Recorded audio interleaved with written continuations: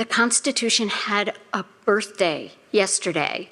Today is the first day of Constitution Week.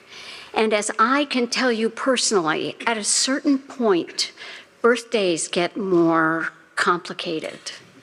Wrinkles, umbrellas, canes masquerading as umbrellas, and worse. The Constitution is 236, even older than me. And it hasn't been amended in a long time.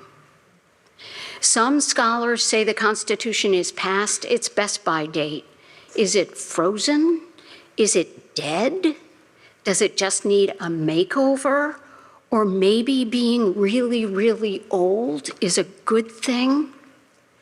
The problem is that time doesn't stop. The Constitution has survived, even survived this 60-second talk.